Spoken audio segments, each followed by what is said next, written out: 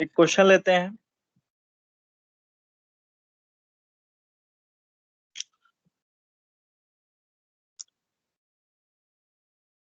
What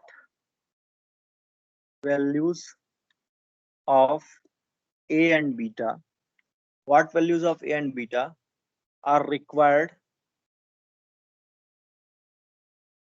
if two fields E is equal to 120 pi cos 10 to the power 6 pi into t minus beta x ay volt per meter and h is equal to a cos 10 power 6 pi t minus beta x az ampere per meter satisfy Maxwell equations in linear isotropic homogeneous इस पे आएंगे। Linear isotropic homogeneous क्या होता है इस पे गहन चर्चा करेंगे। Medium where epsilon r is equal to mu r is equal to 4 and alpha is equal to 0। Clear है क्वेश्चन? तो आपके क्वेश्चन में जो है, अगर आप देखें इस क्वेश्चन में, तो ए और बी की वैल्यू निकालने बोल रहा है, ए और बीटा की वैल्यू। आपको ए और बीटा की वैल्यू नहीं दिया हुआ है, लेकिन ये बोल रहा है कि ये जो ई और एच फील्ड है वो मैक्सवेल इक्वेशन को फॉलो करते हैं, मतलब ये सही। तो इनका प्रोपगेशन डायरेक्शन, इलेक्ट्रिक फील्ड का डायरेक्शन, मैग्नेटिक फील्ड के कंपोनेंट का डायरेक्शन, ये सब सही है। मतलब बाय द रूल ये चल रहा है, दैट इज ई से जो एच कन्वर्ट होता है तो E by H equal to ईटा, ये फॉलो कर रहा है। इसका मतलब ये होगा satisfied the Maxwell equation. Maxwell के दो इक्वेशंस हैं जो हम लोगों ने टाइम वेरिंग फील्ड के लिए अलग से निकाला था, वो दोनों इक्वेशन को फॉलो कर रहा है। लीनियर आइसोट्रोपिक होमोजेनियस मीडियम, तो उसमें दिया हुआ है epsilon r mu r is equal to 4 और एटेन्यूएशन नहीं है, अल्फा इज इक्वल टू 0। तो स्टार्ट करें।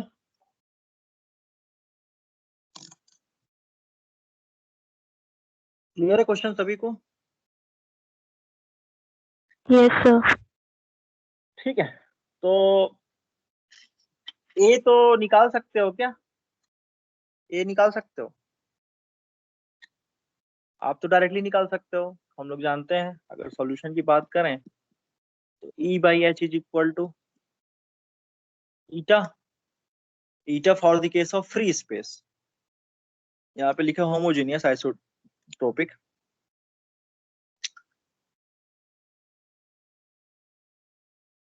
ठीक है, तो एक तो डायरेक्टली निकालने का तरीका है, दूसरा जो है मैक्सवेल इक्वेशन फॉलो करना। तो ये जो है, एक तो आपको ये 7 नंबर में आएगा, तो ये तो मैं गेट पॉइंट ऑफ व्यू से बताऊंगा ही बताऊंगा।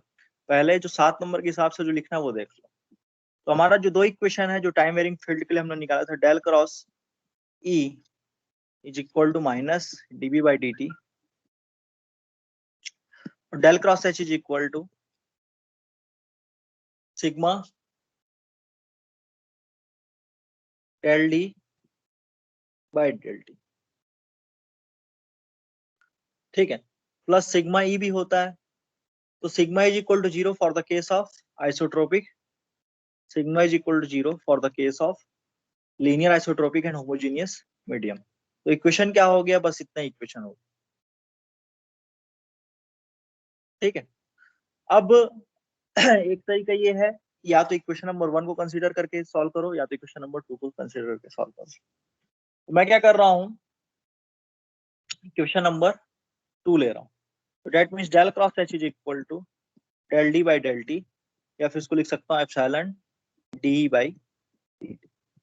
ठीक है, तो हमारे पास ई, हमको क्वेश्चन में ई दिया हुआ है और एच दिया हुआ है। तो कंपेयर करेंगे तो देखते हैं क्या क्या आता है। ये ई दिया हुआ है और एच दिया हुआ है। ठीक है, तो डेल क्रॉस एच का मतलब क्या हो गया? Cross product of the del and H. तो यहाँ पे A X, A Y and A Z, 3 components हैं। Del by del X, del by del Y and del by del Z. ठीक है, तीनों डायरेक्शन में चेंज हो सकता है। एच आपको क्वेश्चन में देखिए एच का जो कंपोनेंट है वो केवल किस डायरेक्शन में है, जेड डायरेक्शन में। ये देखिए मैं क्वेश्चन में दिखा रहा हूँ।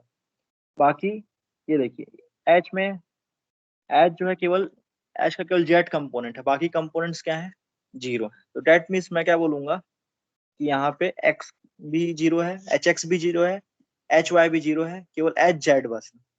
ठीक है, केवल जेड डायरेक्शन में ही मैग्नेटिक फील्ड है। Epsilon D by D T, E की वैल्यू क्या दी हुई है, ई की वैल्यू दी क्वेश्चन है 120 pi cos 10⁻⁶ pi T minus beta X A Y. यहाँ तक सबको क्लियर है?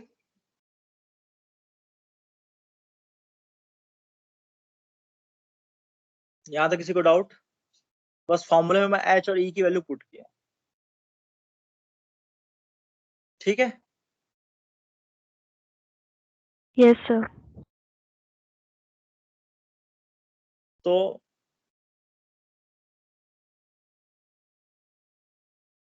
देखते हैं इसको थोड़ा सॉल्व करके देखते हैं।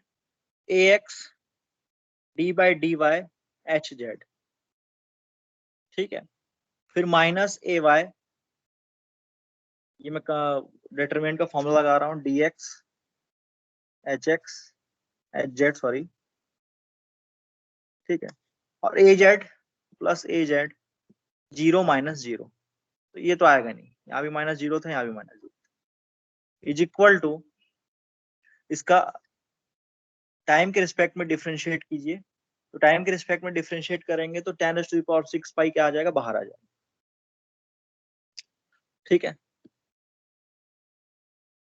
तो यहाँ आ गया एप्सिलॉन इंटू 125 पाई इंटू 10⁻⁶ पाई, और साइन थीटा का क्या हो गया, कॉस थीटा क्या हो गया, माइनस साइन थीटा, तो minus sign 10⁻⁶ pi T minus beta x, और कंपोनेंट का डायरेक्शन क्या है, ए वाई। ठीक है, अब देखते हैं कि डिफरेंशिएट जो कर रहे हैं एच को, तो एक तो with respect to Y differentiate कर रहा है और एक तो with respect to X differentiate कर रहा है।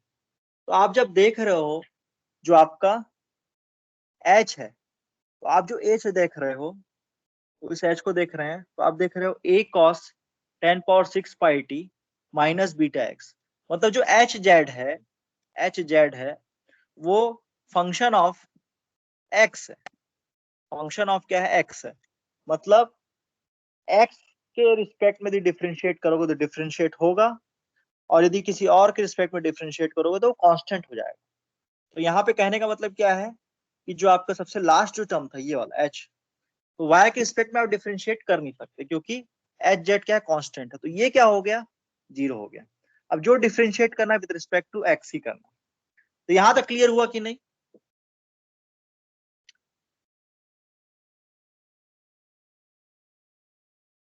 क्लियर है यहां तक? जल्दी बताओ। Yes sir. ठीक है, और वैसे भी आपके दिमाग में एक चीज आ जाना चाहिए कि मेरा देखिए लेफ्ट हैंड साइड में, राइट हैंड साइड में ए वाई है, तो लेफ्ट हैंड साइड में ए एक्स वाला टर्म तो आएगा नहीं, जो आएगा ए वाला टर्म ही आएगा, क्योंकि दोनों बोथ साइड वेक्टर्स इक्वल होंगे। तो जब आप डिफरेंशिएट करोगे तो ये minus A Y D by D X A cos 10⁻⁶ pi T minus beta x,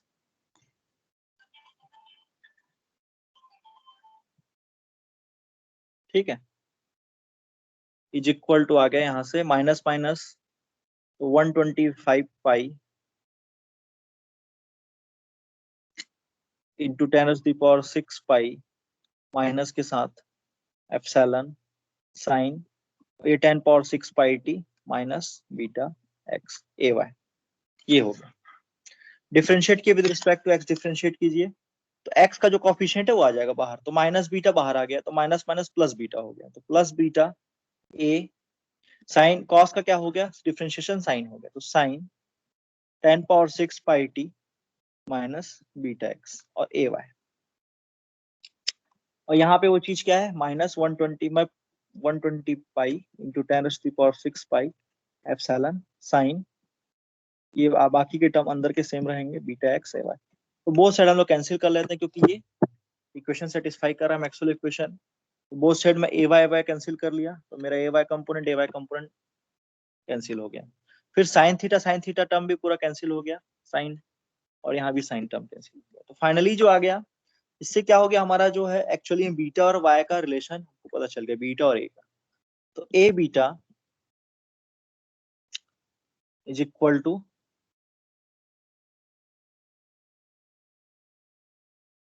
120 pi into 10⁶ pi into epsilon.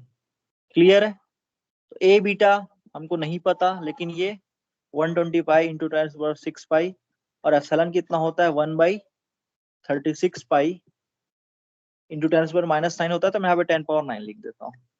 ये एप्सिलॉन की वैल्यू हो गई। और एप्सिलॉन नॉट की value that is epsilon naught into epsilon R. Epsilon naught की value लिख दिया। Epsilon R की वैल्यू कितनी थी क्वेश्चन में दिया, 4 दिया है, तो ये 4 लिख दिया। तो इसको जब सॉल्व करोगे तो ये बीटा पाई पाई कैंसिल हो गया, 4 9 जा 36, 10⁻⁶ एंड ये 10⁻⁷ मान लेता हूँ, 10²। ठीक है, तो ये आ गया 112 पाई डिवाइड बाई 900। ठीक है, इसको फर्दर सॉल्व करोगे। ठीक है, 3 से डिवाइड कर लेता हूं मैं, 3 4 जा 12 एंड 3 3 जा 9। तो ये आ जाएगा आपका beta, A beta is equal to, या फिर beta is equal to 4 pi divide by 3a into 10⁻⁻²। तो ये क्लियर है सभी को?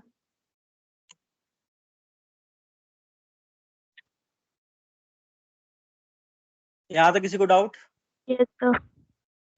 ठीक है, तो एक इक्वेशन से क्या हुआ, हमको ए और बीटा का, एक ही इक्वेशन है ना, 2 वेरिएबल है ए और बीटा, तो हमको एक इक्वेशन की जरूरत और पड़ेगी। तो हम लोग क्या करेंगे, जो इक्वेशन नंबर हम लोगों ने अभी जो इक्वेशन नंबर 4 सॉल्व किया है मैक्सवेल का, इक्वेशन नंबर 3 हमारे काम का है। तो इक्वेशन नंबर 3 क्या कहता है, del cross E is equal to minus mu D H by D T. तो यहाँ पे भी ई वैल्यू है, यहाँ पे भी एच है। ठीक है, तो वही चीज फिर से करना है हम लोग को। तो यहाँ से आ गया del A X A Y A Z cross product A X A Y Z और D by D X D by D Y D by D Z 0। आप जब क्वेश्चन में देख रहे हैं तो क्वेश्चन में इलेक्ट्रिक फील्ड का केवल वाई कंपोनेंट दिया हुआ है, जो इलेक्ट्रिक फील्ड जो है वाई कंपोनेंट में लाई कर रहा है। ठीक है, ये दिखा देता हूं आपको। ये देखिए, केवल क्या है, इलेक्ट्रिक फील्ड का वाई कंपोनेंट है, मतलब E is equal to E Y है, बाकी एक्स और जेड क्या है 0। तो बाकी एक्स और जेड को क्या कर रहा हूं मैं, 0 लिख रहा हूँ। ठीक है, केवल ई वाई कंपोनेंट, ये हो गया is equal to minus mu D by D T. H की वैल्यू हमको दिया क्वेश्चन में, that is A cos 10⁻⁶ pi T minus beta X A Z, ये दिया हुआ है।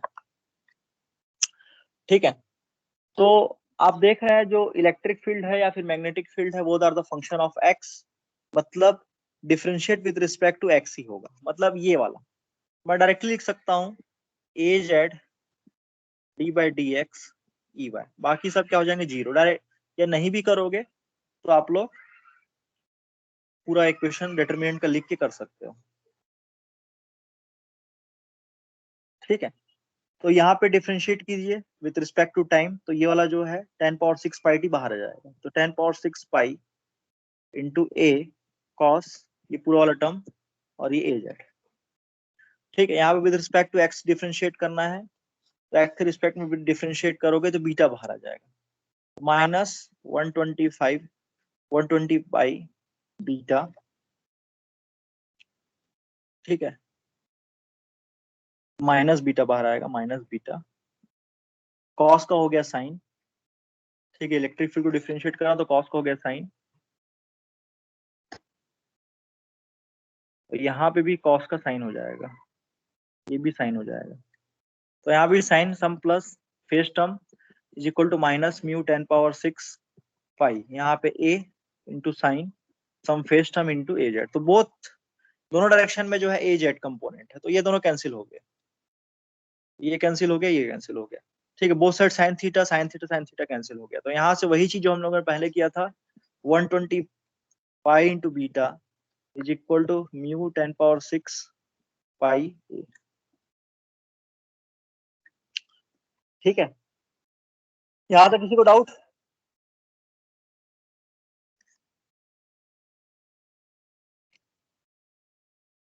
तो pi pi cancel both side, 120 beta is equal to mu की वैल्यू क्या होती है 4 पाई इंटू 10⁻⁷ और म्यू नॉट की वैल्यू ये हो गई, म्यू आर की वैल्यू 4 दी हुई है क्वेश्चन में, इंटू 10⁻6 इंटू ए।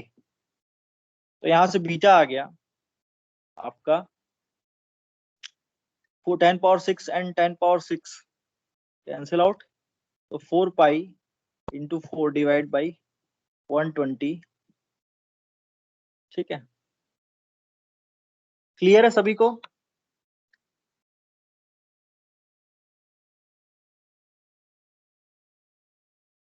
कोई डाउट?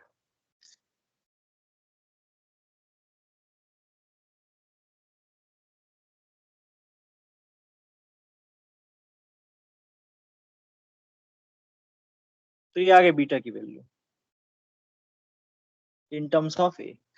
ठीक है, दो इक्वेशन आपको मिल गए, एक तो इक्वेशन नंबर 2 ए और बी के बीच में, ये सॉरी ए और बीटा के बीच में, और ये इक्वेशन नंबर 1। ठीक है, तो बोथ इक्वेशन में जो बीटा है, दोनों इक्वेशन में मैंने बीटा निकाला है, तो दोनों को मैं क्या कर देता हूँ equal, beta is equal to beta for both the equation. तो beta is equal to beta equation number 1 is equal to equation number 2।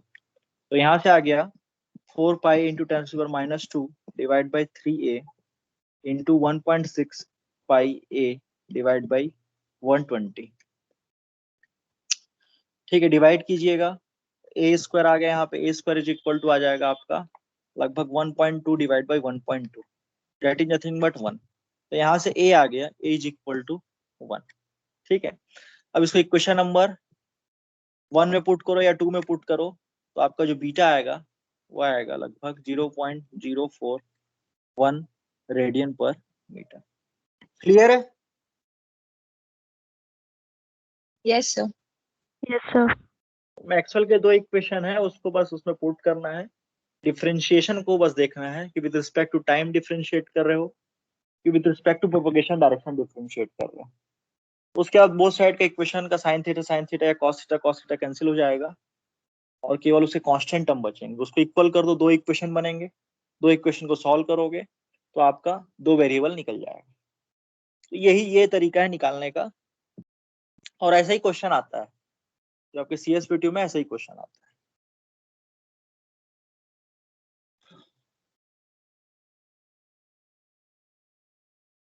ठीक है, और आप इसको डायरेक्टली निकालने की कोशिश करते हैं। चलो, हम लोग को जो मेथड 2 था, जो गेट वाला मेथड था डायरेक्ट निकालने का, आपका ई की वैल्यू दी हुई है क्वेश्चन में 120 pi cos 10⁻6 pi T minus beta X A Y, ये क्वेश्चन में दिया हुआ है। अब आप एच भी दिया हुआ है क्वेश्चन में, लेकिन आपके हिसाब से एच क्या होता है, ये पहला दिमाग में आना चाहिए कि आपके हिसाब से एच क्या होना चाहिए। तो आप जानते हो एच जो होता है ई डिवाइड बाई ईटा होता है। तो हम लोग जानते हैं फ्री स्पेस के केस में ईटा की वैल्यू क्या होती है 120 पाई होती है। तो 120 pi divide by 120 pi cos 10⁻6 pi T minus beta x. ठीक है, अब direction of the component for the h field क्या होगा, ये होगा आपका e cross H is equal to direction of the propagation. तो ई का कंपोनेंट दिया है वाई, एच का कंपोनेंट आपको निकालना है, और डायरेक्शन ऑफ द प्रोपोगेशन। तो आप क्या देख रहे हो, बी माइनस बीटा एक्स, तो माइनस बीटा एक्स मतलब पॉजिटिव एक्स डायरेक्शन, तो पॉजिटिव एक्स डायरेक्शन में मूव कर रहा है। तो हम लोग क्या करना है, एच कंपोनेंट क्या होना चाहिए, तो आप जानते हो अगर मैं यहाँ पे ए वाई क्रॉस ए जेड करूंगा तो मेरे को क्या मिलेगा, ए एक्स मिलेगा, क्योंकि एक्स वाई जेड ये तीनों राइट हैंड रूल फॉलो करता है कोई भी कोऑर्डिनेट सिस्टम। तो ये सही है। तो that means component of the H is in the Z direction, तो यहाँ पे ए जेड आ गया। ठीक है, और हम क्वेश्चन में, अगर हमको क्वेश्चन में अगर आप देखें तो क्वेश्चन में जो एच दिया हुआ है वो दिया हुआ है ए cos 10⁻6 pi T minus beta X A z. तो ये हमारा कंपोनेंट क्वेश्चन में सही दिया है और हम भी सही निकाले हैं। ठीक है, तो ए और ये दोनों इक्वेशन को हम लोग अपने मेथड से जो निकाले हैं दैट इज डायरेक्ट मेथड। तो इक्वेशन नंबर 1 और इक्वेशन नंबर 2 को जब ध्यान से देखोगे तो आप देखोगे 125 कैंसिल हो गया, ठीक है।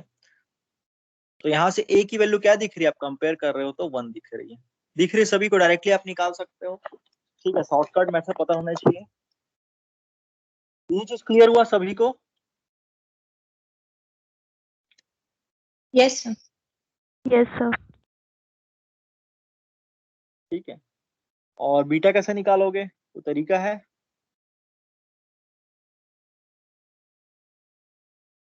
बीटा निकालने के लिए जो है वो तरीका है आपके पास।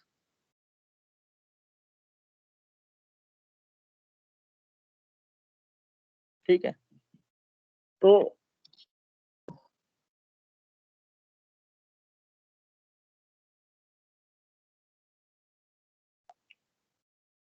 ओमेगा डिवाइड बाय बीटा क्या होता है आपका, फेज वेलोसिटी वीपी, ठीक है।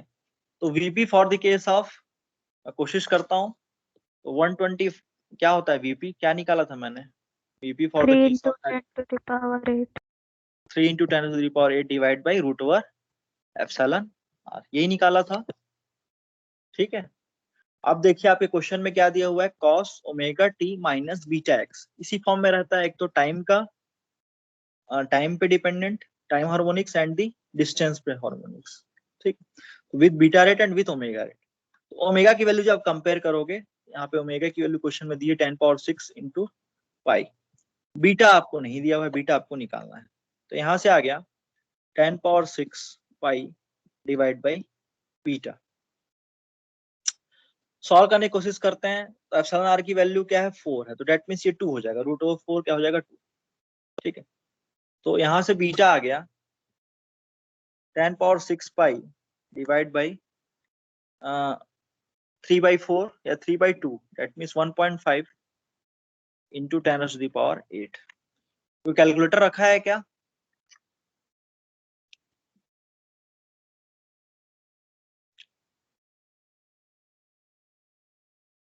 ठीक है। तो इसको 10 पावर 6 10 पावर ये 10 स्क्वायर हो गया, तो पाई divide by 150, pi divide by 150 is beta. कोई कैलकुलेटर रखा?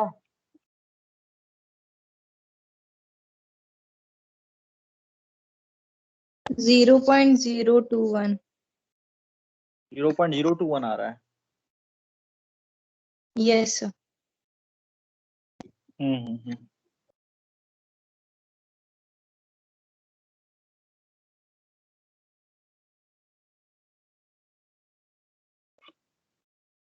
नहीं तो ये अपना phase velocity in the case of homogeneous medium में तो ये आएगा मेरे ख्याल से 3 इंटू 10⁸ इसको अगर हम लोग करके देखें, तो एक बार ये करके देखो, पाई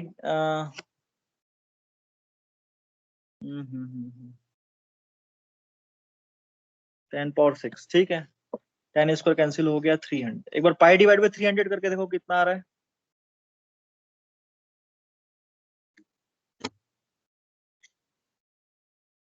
0.010. अच्छा, और हाफ हो गया, Yes, sir. कहीं हाफ हो गलती, गया. कहीं गलती तो नहीं कर रहे हैं बताओ? ओमेगा की वैल्यू तो ठीक लिखा है, ओमेगा टी 10 पावर 6 पाई,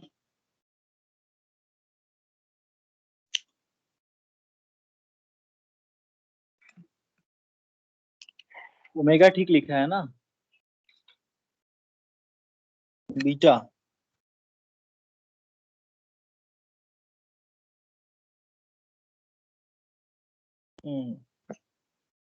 तो omega equal to beta c by 2 होता है ना, जैसे beta equal to omega under root pi under root mu e होता है, म्यू एप्सिलॉन, तो omega equal to beta c by 2 होगा ना।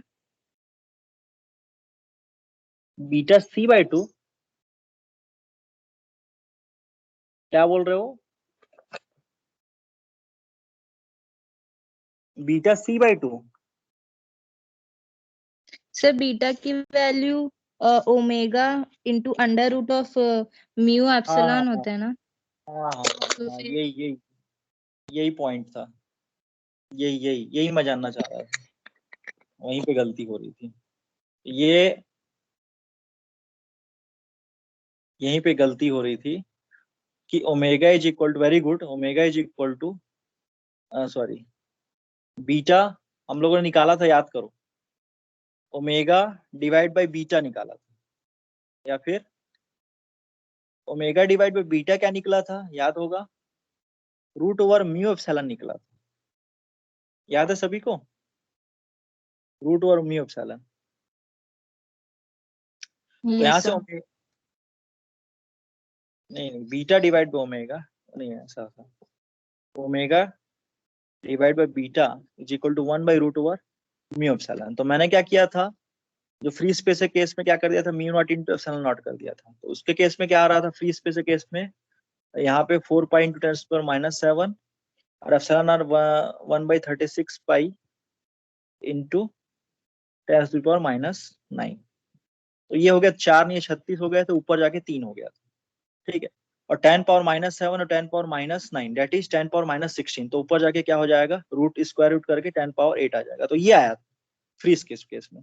लेकिन यहाँ पे म्यू भी है और एप्सिलॉन भी है, दोनों केस है, ठीक है। तो यहाँ पे ओमेगा डिवाइड बाई जो बीटा है that is 1 by root over mu epsilon. तो यहाँ पे क्या आ जाएगा, एक तो 1 by root over mu naught into epsilon naught into mu R into epsilon R, ठीक है। तो यहाँ पे 1 by root over mu naught into epsilon naught लिख रहा हूँ, और यहाँ पे root over mu R into epsilon R लिख रहा हूँ। तो ये वैल्यू क्या हो जाएगी आपकी, 3 into 10⁸ divided by root over mu R into epsilon are.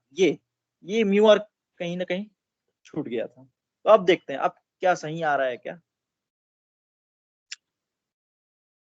तो omega, sorry, omega divide by beta यही है, ठीक है। तो हमको बीटा निकालना है, तो बीटा इज इक्वल टू क्या आ गया, root over mu R epsilon R divide by 3 into 10⁸ into omega. तो म्यू आर और एप्सिलॉन आर दोनों की वैल्यू 4 है, तो 4 into 4 divide by 3 into 10⁸। Omega की वैल्यू कितनी दी हुई है क्वेश्चन में, 160 पाई, 120 पाई।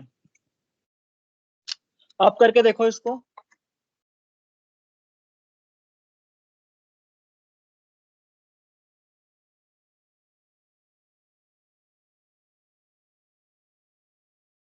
टेन पावर 6 पाई दिया, 10 पावर 6 पाई।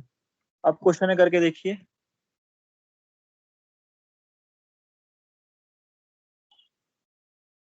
तो 10 पावर 6, ये 10 स्क्वायर हो गया। तो 4 पाई डिवाइड बाई 300 करके देखिए कितना आ रहा है बीटा की वैल्यू।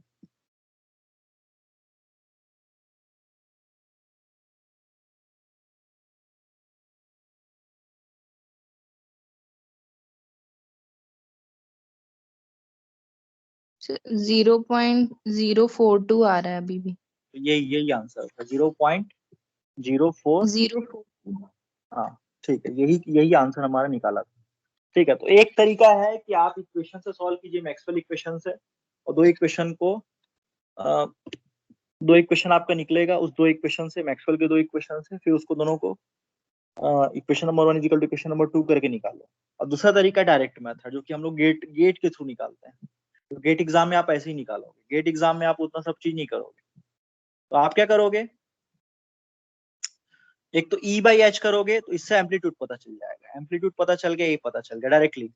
और बीटा वाले केस में जो हम लोग का फॉर्मूला, जो हमारा फॉर्मूला होता है, जो फॉर दी सब केस के लिए जो हमारा जो फॉर्मूला सेम रहता है, that is omega divide by beta is equal to 1 by root over mu epsilon, ये वाला। ये always is nothing but phase velocity, ये हमेशा सेम रहेगा, ठीक है।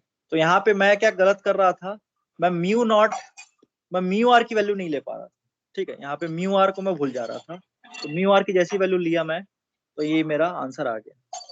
क्लियर है। Yes sir. Yes sir. ये एक क्वेश्चन हो गया।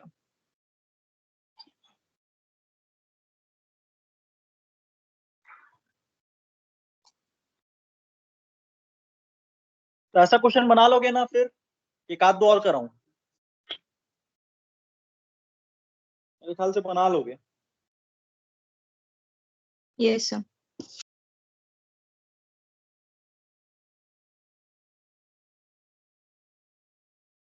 ठीक है, तो एक आध कुछ नोट देख लेते हैं, डेट पॉइंट ऑफ व्यू से देख लेते हैं। ठीक है, क्वेश्चन ये दिया हुआ है, इलेक्ट्रिक फील्ड दिया हुआ है E of x, z, t component in y direction function of x and z, मतलब x की तरफ भी मोमेंट है इसका और z की तरफ भी मोमेंट, मतलब x z एक्सिस। ठीक है, लेकिन कंपोनेंट इसका y डायरेक्शन में is equal to 25 sin omega t minus 3x plus 4 z a y।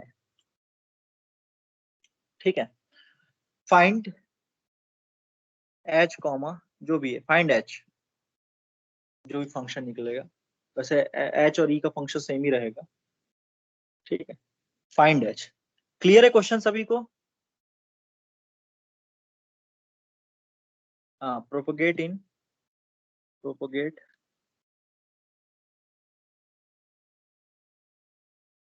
In free space. तो फ्री स्पेस में मोमेंट हो रहा है, तो पहले तो समझते हैं कि ये एक्चुअली में है क्या, जो इलेक्ट्रिक फील्ड जो बना रहा हूं। ठीक है, तो E comma X comma Y sorry Z comma T component in Y direction 25 sine omega T minus 3x plus 4 Z. अब आप लोग बताओ किसका मूवमेंट किधर है और इसका कंपोनेंट किधर है, जो इसका एम्पलीट्यूड वेरी कर रहा है। ए वाई जो एक तो ए वाई है और एक तो आपको दो चीजें दिख रही है, एक तो एक्स दिख रहा है, एक तो जेड दिख रहा है। तो हमको तो ए वाई से समझ में आ गया कि जो इसका एम्पलीट्यूड जो वेरी कर रहा है वो वाई डायरेक्शन में वेरी कर रहा है। डेट मीन्स का जो कंपोनेंट है, तो इलेक्ट्रिक फील्ड का जो कंपोनेंट है वो वाई कंपोनेंट है केवल। समझ में आया ये पॉइंट? केवल वाई कंपोनेंट। ठीक है, और मूवमेंट किधर दिख रहा है आपको? -3x प्लस 4 जेड लिखा है, मतलब -3x मतलब पॉजिटिव एक्स एक्सिस में इसका मूवमेंट है, as well as the negative Z direction, negative Z axis में भी इसका मूवमेंट है। ये चीज क्लियर हुआ कि नहीं? Yes sir. ठीक है, अगर मैं इसका Yes. ग्राफ बनाऊं, अगर इस वेव का मैं ग्राफ बनाता हूँ या फिर वेव ड्रॉ करता हूँ, तो देखिए एक तो ये हो गया, मान लीजिए एक्स डायरेक्शन है, ये पॉजिटिव जेड है, तो ये माइनस निगेटिव जेड। तो इसका जो मूवमेंट है वो अगर 3x है तो 4 जेड है, मतलब यहाँ पे 3 मान लीजिए, ये एक्सिस 1 2 3 और ये 1 2 3 एंड 4, तो 3 और जो 4 को मिला रहा है ये वाला जो पॉइंट है। ठीक है, तो कुछ इस तरीके से इसका मोमेंट होगा, कुछ इस तरीके से इसका मोमेंट होगा, और इसका मोमेंट ऐसा होगा कि जिधर x की वैल्यू बढ़े, तो जो आप देख रहे हो कि जब मैं उधर जा रहा हूँ, मतलब ये एरो का डायरेक्शन देखिए, ये एरो का डायरेक्शन, तो मैं इधर जब एरो के डायरेक्शन में जा रहा हूँ तो मेरा x बढ़ रहा है, एज वेल एज जेड जो है डिक्रीज हो रहा है, मतलब निगेटिव जेड एक्सिस की तरफ बढ़ रहा हूँ। तो ये चीज क्लियर हुआ कि नहीं?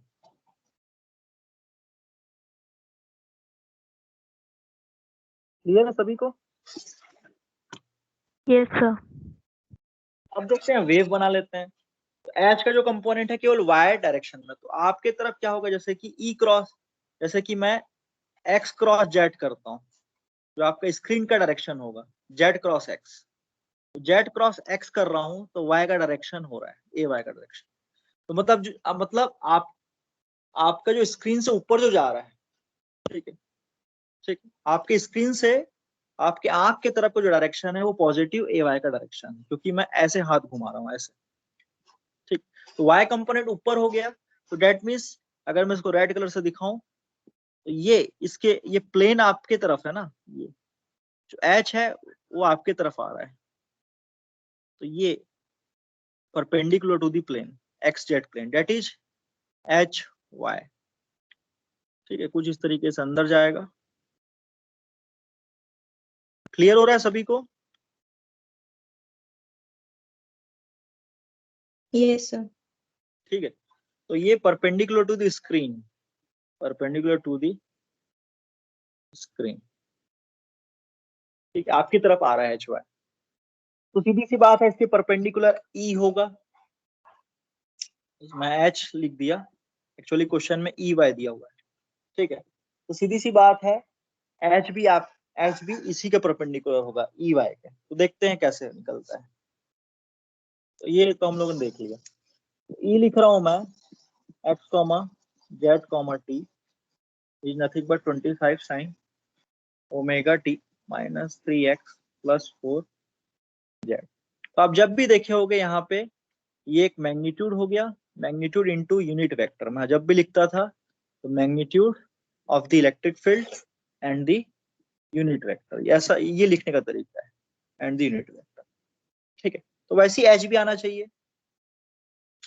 तो टोटल जो बीटा है, टोटल प्रोपगेशन डायरेक्शन है, प्रोपगेशन डायरेक्शन इज, जहां पे x की वैल्यू बढ़ रही है 3x और जहां पे y की वैल्यू डिक्रीज हो रही है 3x माइनस 4az,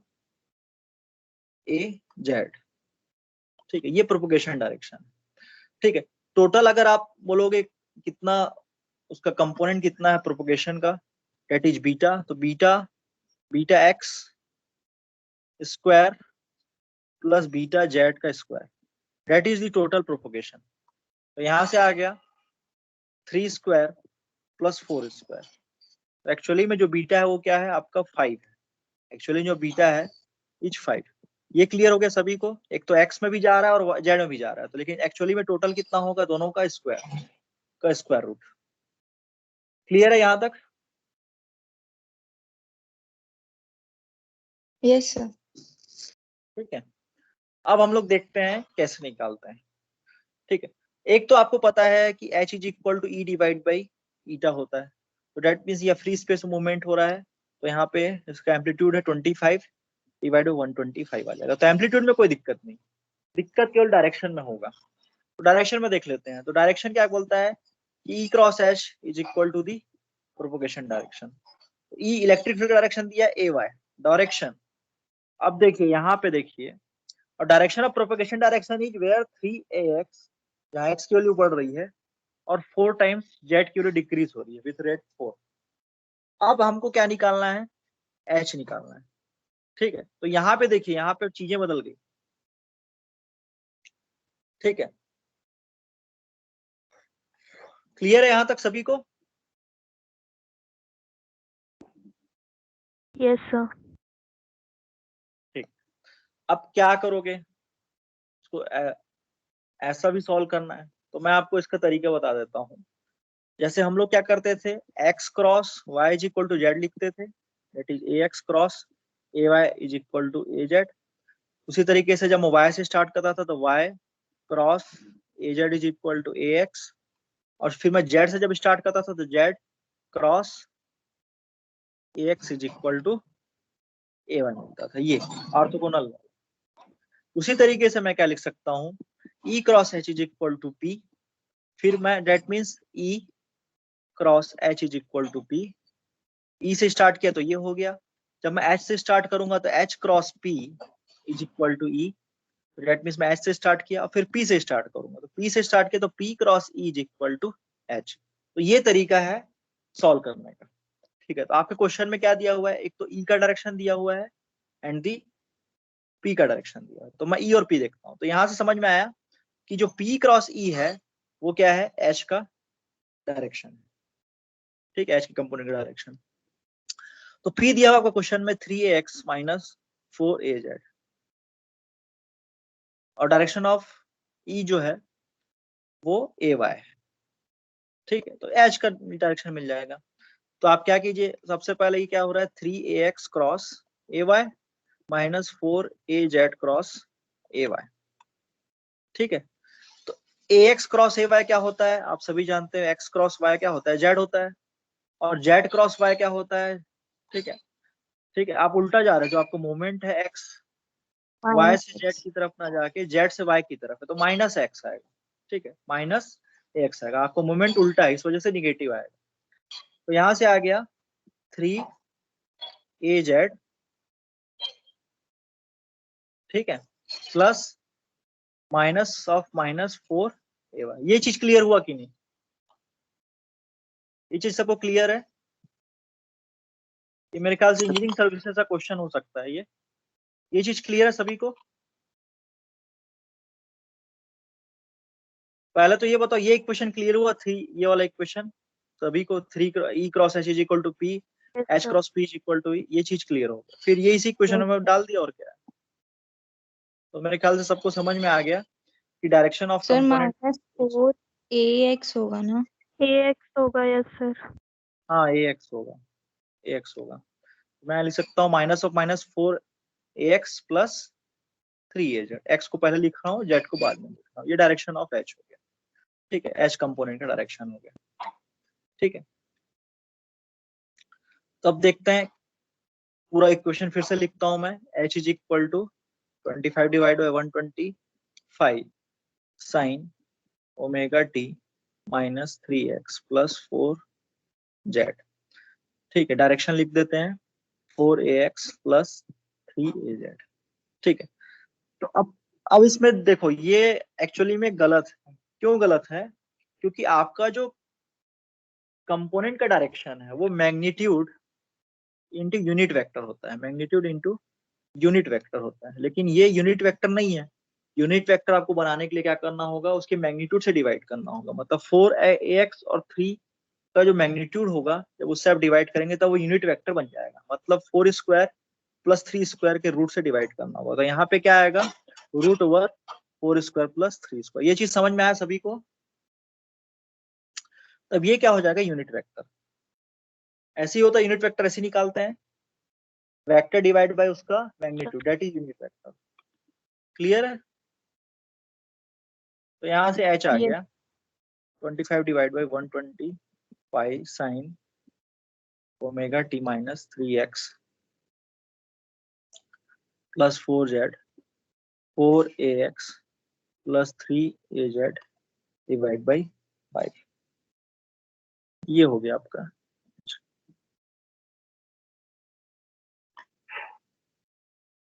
तो आपने देखा इलेक्ट्रिक फील्ड हमेशा जो है E cross H is equal to P, मतलब E perpendicular to H perpendicular to P follow करेगा ही करेगा। ये मेंटेन करेगा ही करेगा इस चीज को। तो जो उसका transverse nature, E perpendicular to H perpendicular P perpendicular to E, तो ये चलता रहे, ठीक है। तो आप क्या देख रहे हो फाइनली, जो आपने E देखा था, that is the function of propagation direction E cross H, E comma H, Z comma T, और H का भी जो फंक्शन है वो सेम, डायरेक्शन सेम है, क्योंकि वो परपेंडिकुलर है एक दूसरे के। लेकिन कंपोनेंट अलग रहेगा। कंपोनेंट पहले क्या था, y था। अब जो है आपका h का जो कंपोनेंट है वो x में भी होगा और z में भी होगा। x में भी होगा वो कंपोनेंट और z में भी होगा, ठीक है। हाँ भैया, हाँ आ रहा है। तो एक तो ये हो गया।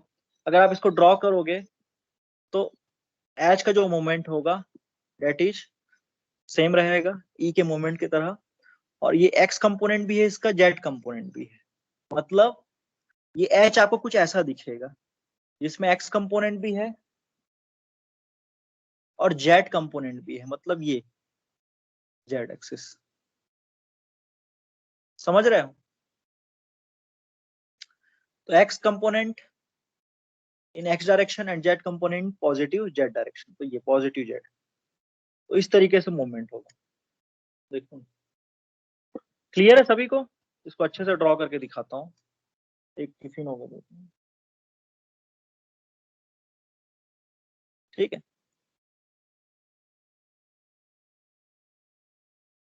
तो जब इधर देख रहे हो तो ये पॉजिटिव x का डायरेक्शन है, तो ये हो गया x कंपोनेंट भी है और z कंपोनेंट, इधर z की वैल्यू इंक्रीज करे तो ये z एक्सिस, तो इधर z बढ़ रहा है।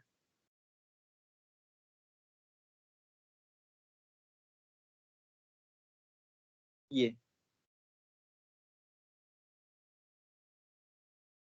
क्लियर है?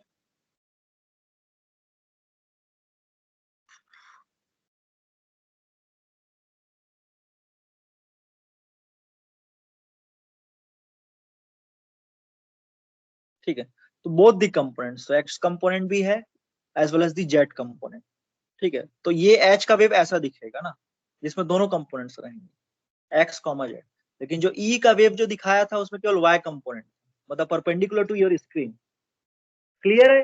कुछ समरी क्लियर है सबको? तो वो ई वाला एक बार बताइए डायरेक्शन कौन सा? कैसे ई का परपेंडिकुलर आउटवर्ड कैसा है वो डायरेक्शन एक बार बताइएगा। एक्चुअली क्या है, एक्स जब भी आप एक्सिस सॉल्व करते हो, जब भी आप कोऑर्डिनेट सिस्टम जो कहता है कि एक्स का direction cross Y direction is Z का डायरेक्शन, ठीक है, A X cross A Y करोगे तो ए जेड आएगा। मतलब आप क्या करो, अपने जो हैंड है उसके जो चारों उंगली को यहाँ पे रखो पहले, तो उस चारों उंगली को वाई की तरफ मूवमेंट करो, that is X cross Y movement, cross product, curl curl, इस तरफ आप मूवमेंट करोगे तो जो आपका थंब का डायरेक्शन है, तो ये थंब का डायरेक्शन क्या दिख रहा है आपको, जो थंब का डायरेक्शन है दैट इज जेड डायरेक्शन।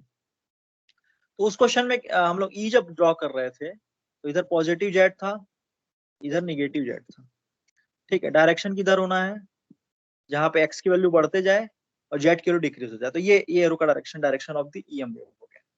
अब हमारा जो क्वेश्चन में दिया है इलेक्ट्रिक फील्ड जो है केवल और केवल किस डायरेक्शन में है, उसका कंपोनेंट किस डायरेक्शन है, वाई कंपोनेंट।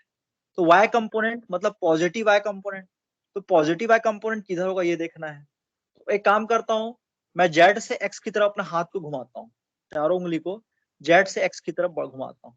तो आप जब जेड से एक्स की तरफ घुमा रहे हो तो jet is Z cross x, तो हम लोग जानते हैं जेड क्रॉस एक्स क्या होता है, ए वाई।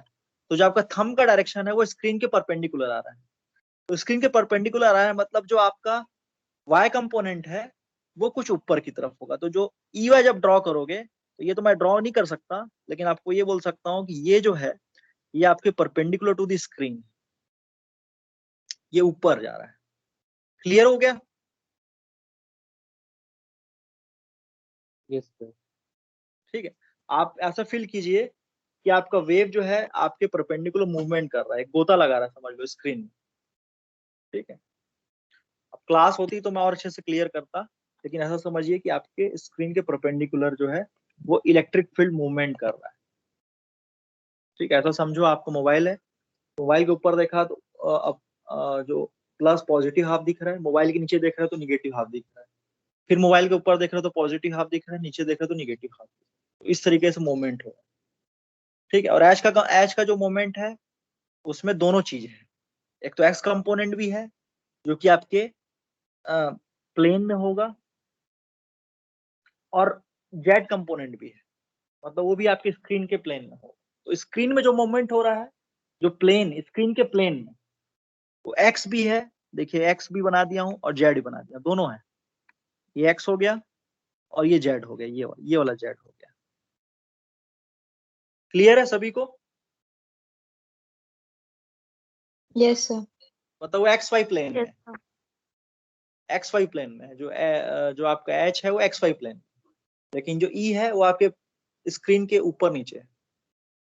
सर ये ई में जैसे जेड डिक्रीज हो रहा था तो माइनस जेड क्रॉस एक्स ऐसे करेंगे क्या, या फिर जेड क्रॉस एक्स ही करेंगे? किसमें? क्या ई में पहले?